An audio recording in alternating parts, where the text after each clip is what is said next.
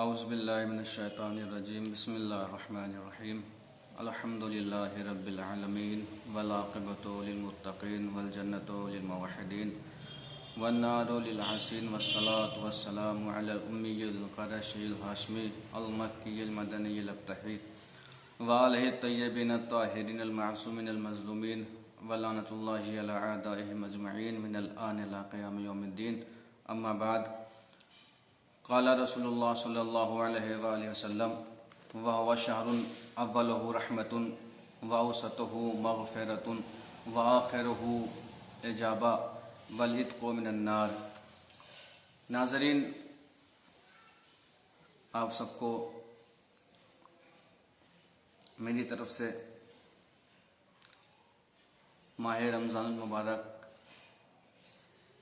ماہ صیام اور ماہ مغفرت، ماہ رحمت، ماہ اجابت دعا کی بہت بہت مبارک ہو. جیسا کہ آپ سب اس بات کا علم رکھتے ہیں کہ ماہ رمضان المبارک ایک ایسا مہینہ ہے کہ جس مہینے میں پروردگار عالم نے اپنے بندوں کے لیے خاص انتظامات کیے ہیں. جو انتظامات اللہ نے ماہ رمضان میں کیے ہیں وہ کسی اور مہینے میں نہیں کیے ہیں.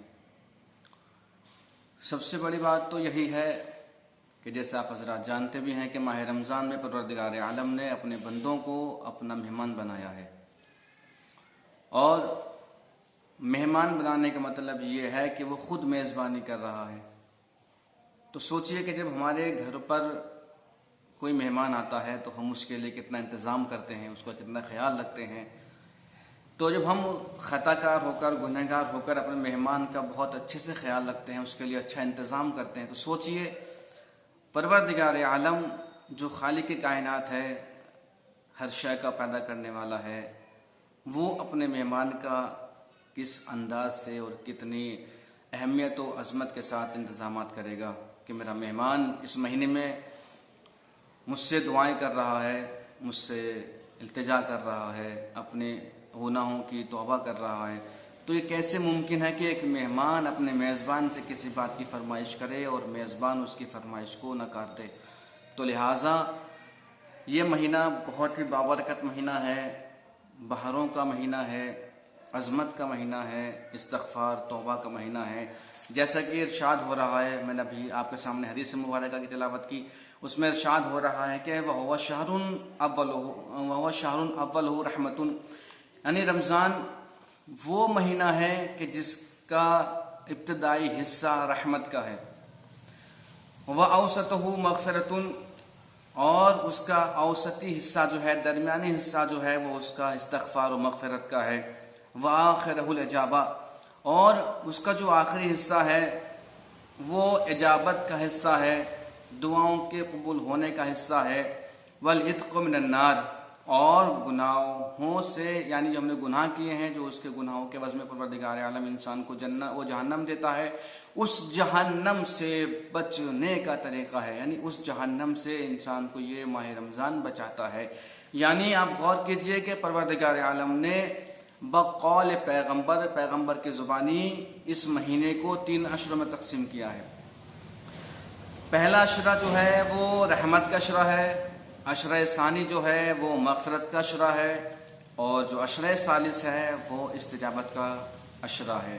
اور اسی میں ہم جہنم سے بچتے ہیں. پروردگار عالم اپنے بندوں کو اس مہینے میں جہنم سے بچاتا ہے. والعتق من النار. لہٰذا ہم اگر گناہوں کے مرتکب ہیں، گناہوں میں ملوث ہیں، تو ہمیں اتنا اچھا موقع ماہ رمضان میں ملا ہے کہ ہم اپنے آپ کو جہنم سے رہا کر سکتے ہیں. والعتق من النار، یعنی جہنم سے رہائی ہے، جہنم سے بچ سکتے ہیں ہم لوگ چاہیں تو. لیکن اگر ہم یہ ٹھان کے بیٹھیں کہ ہمیں پروردگار عالم، ائمہ اطہار اور اہل بیت علیہم السلام یا نبی کی کسی بات پہ عمل نہیں کرنا ہے، تو اس کا ذمہ دار خدا نہیں ہے. اس کا ذمہ دار، اس بات کے ذمہ دار ہم خود ہیں کہ ہمیں جہنم میں لے جایا جائے، یا ہمیں جہنم کی طرف سفر پہ تیار کیا جائے. کیوں؟ کیونکہ ہم نے اہل بیت علیہ السلام کی باتوں کو، خداوند متعال کے فرامین کو نہیں پڑھا، ان پہ عمل نہیں کیا، نہیں سمجھا. تو لہٰذا ہم جو آپ کے سامنے بات کر رہے ہیں، ماہ رمضان بہت ہی عظیم مہینہ ہے، برکت کا مہینہ ہے. تو لہٰذا بقول پیغمبر نے فرمایا کہ اس مہینے کو، رمضان کے مہینے کو 3 حصوں میں تقسیم کیا گیا، جس کا پہلا حصہ رحمت کا ہے، دوسرا حصہ مغفرت کا ہے، تیسرا حصہ اجابت کا ہے. اور اسی مہینے میں پروردگار عالم نے اپنے بندوں کو جہنم سے رہائی دی ہے. آگے ارشاد ہوتا ہے، پیغمبر فرماتے ہیں کہ انا ابواب السماء تفتح فی اولہ لیلۃ من شہر رمضان، یعنی پروردگار عالم نے رمضان کی پہلی رات میں، اس ماہ رمضان کی پہلی رات میں آسمان کے دروازے کھول دیے ہیں. ان ابواب السماء، بے شک آسمان کے دروازے، تفتح فی اول لیلۃ من شہر رمضان، یعنی اول لیل میں ہی ماہ رمضان کی پروردگار عالم نے آسمان کے دروازے کھول دیے ہیں. اور آگے ارشاد ہوتا ہے کہ ولا تغلق الی آخر لیلۃ منہ، اور اس ماہ رمضان کی آخری رات تک پروردگار عالم یہ آسمان کے دروازے جو کھول دیے ہیں اس نے انہیں بند نہیں کرتا ہے. ولا تغلق، ان کو بند نہیں کرتا ہے. فی آخر لیلۃ منہ، یعنی ماہ رمضان کی آخری رات تک پروردگار عالم ان آسمانی بابوں کو، دروازوں کو بند نہیں کرتا ہے. لہٰذا ہم غور کریں کہ کتنا ہم پہ مہربان ہے پروردگار، وہ ہم سے کتنا لگاؤ رکھتا ہے کہ ہماری خاطر اس ماہ رمضان میں اس نے کیا کیا انتظام کیا ہے. آگے ارشاد ہو رہا ہے، رسول فرماتے ہیں کہ الصوم جنۃ من آفات الدنیا، پیغمبر فرماتے ہیں کہ الصوم جنۃ من آفات الدنیا، یعنی روزہ جو ہے وہ آفات دنیا کے سامنے سپر ہے. یعنی روزہ ہمارے لیے ویسے ہی ہے کہ جیسے میدان جنگ میں جب کوئی سپاہی جاتا ہے تو وہ سپر لے کے جاتا ہے تاکہ دشمن حملہ نہ کر سکے، وہ زخمی نہ ہو سکے، سپر سے اپنا بچاؤ کرے. یعنی گناہوں سے بچنے، آفات بلیات جو ہوتے ہیں، آفات و مشکلات جو ہوتے ہیں، جو دنیا کی مشکلات ہیں، جو بلا ہیں، دنیا کی پریشانیاں ہیں، ان سے بچنے کا سب سے آسان طریقہ کیا ہے کہ ہم روزہ رکھیں. الصوم جنۃ من آفات الدنیا، یعنی روزہ جنہ ہے، یعنی سپر ہے آفات دنیا سے بچنے کے لیے. اور آپ اپنے زندگی میں خود معائنہ کیجئے، جب آپ کا کوئی کام پورا نہ ہو رہا ہو، کوئی مشکلات میں ہوں آپ، یا کوئی مصیبت آپ پہ آنے والی ہے، آپ کو پریشانی ہو رہی ہے، آپ کا کوئی کام نہیں ہو رہا ہے، تو آپ خدا سے منت مانیے، خدا سے کہیے پروردگار عالم اگر ہمارا فلاں کام ہو جاتا ہے تو ہم 2 روزے رکھیں گے، 3 روزے رکھیں گے، 4 روزے رکھیں گے. کیوں؟ تاکہ ہمارا کام ہو جائے. یعنی منت بھی پوری ہو جاتی ہے، التجا بھی پوری ہو جاتی ہے ہماری اگر ہم روزے کو وسیلہ بنائیں. روزہ بہت بڑی چیز کا نام ہے، روزہ ہمارے لیے مشکلوں میں کام آنے والا ہے. ہمیں چاہیے کہ ہم روزے کے ذریعے بھی اپنی مشکلات دور کریں، اس لیے کہ پیغمبر کا قول ہے الصوم جنۃ من آفات الدنیا، یعنی روزہ سپر ہے آفات دنیا سے بچانے کے لیے. اور آگے ارشاد ہو رہا ہے کہ وحجاب من عذاب الاخرہ، یعنی جہاں پیغمبر نے فرمایا کہ روزہ سپر ہے آفات دنیا سے بچانے کے لیے، اسی حدیث میں آگے ارشاد ہو رہا ہے وحجاب من عذاب الاخرہ، یعنی عذاب آخرت اور ہمارے درمیان روزہ ایک فاصلہ ہے، ایک پردہ ہے، ایک حجاب ہے. یعنی اگر ہم روزہ رکھتے ہیں پروردگار عالم کے حکموں کے تحت جیسے اس نے بتایا ہے، اگر ہم ویسے روزہ رکھتے ہیں تو عذاب آخرت سے ہم کو امان مل سکتی ہے، ہم پناہ میں رہ سکتے ہیں. کس کے ذریعے سے؟ روزے کے ذریعے سے. اب آپ سوچیے، آپ یعنی پروردگار عالم نے اس روزے میں دونوں فائدے رکھے ہیں آپ کے، یعنی دنیاوی فائدہ بھی روزے میں رکھا ہے اور اخروی فائدہ بھی آپ کو روزے میں رکھا ہے. یعنی آفات بلیات سے بچنے کا سب سے آسان طریقہ کیا ہے کہ ہم روزہ رکھیں، اور عذاب آخرت سے بچنے کا سب سے آسان طریقہ کیا ہے کہ ہم روزہ رکھیں. یعنی غور کرنے کا مقام یہ ہے، مقام فکر یہی ہے کہ روزے کی عظمت جانیں.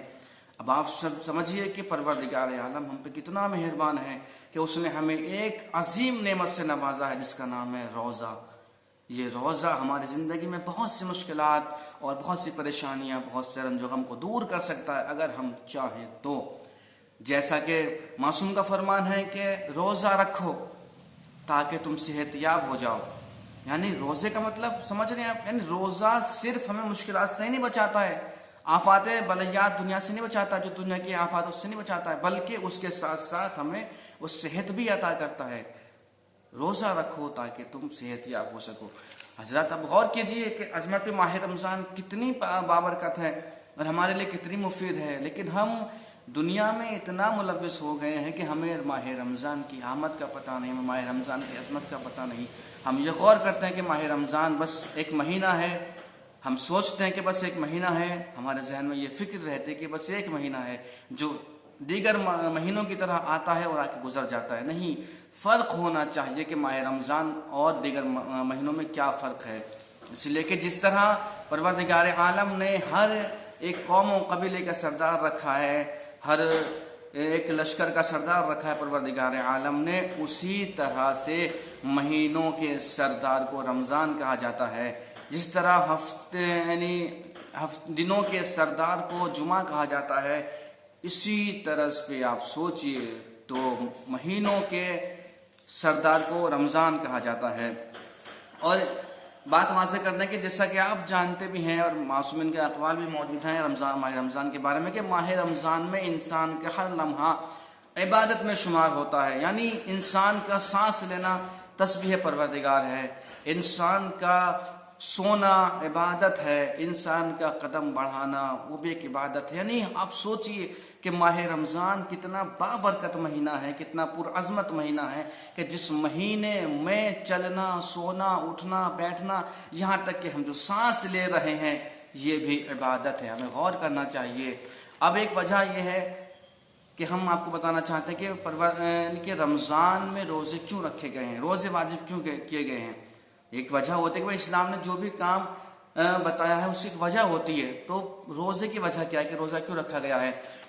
حمزہ بن محمد نے امام حسن عسکری علیہ السلام سے سوال کیا کہ مولا بتائیے کہ روزے کیوں واجب کیے گئے ہیں۔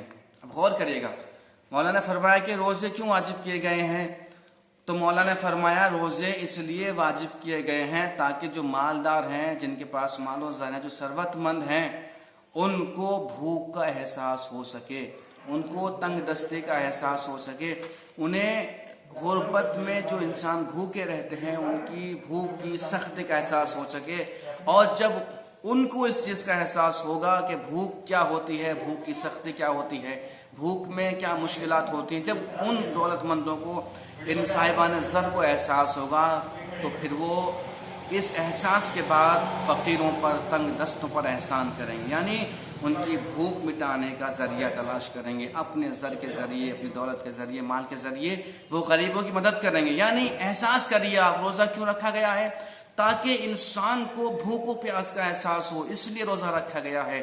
اور پروردگار عالم نے اسی روزے کے ذریعے امیروں کو، دولت مندوں کو، صاحبان زر کو نصیحت کر دی ہے کہ جب تم کو احساس ہو جائے، بقول امام کے ذریعے سے پیغام دیا کہ جب تم کو احساس ہو جائے کہ بھوک کی سختی کیا ہوتی ہے، بھوک کتنی بڑی بلا کا نام ہے، مصیبت کا نام ہے، تو اب جب تم کو احساس ہو گیا ہے تو اب تم غریبوں کی، تنگ دستوں کی مدد کرو، ان پہ احسان کرو۔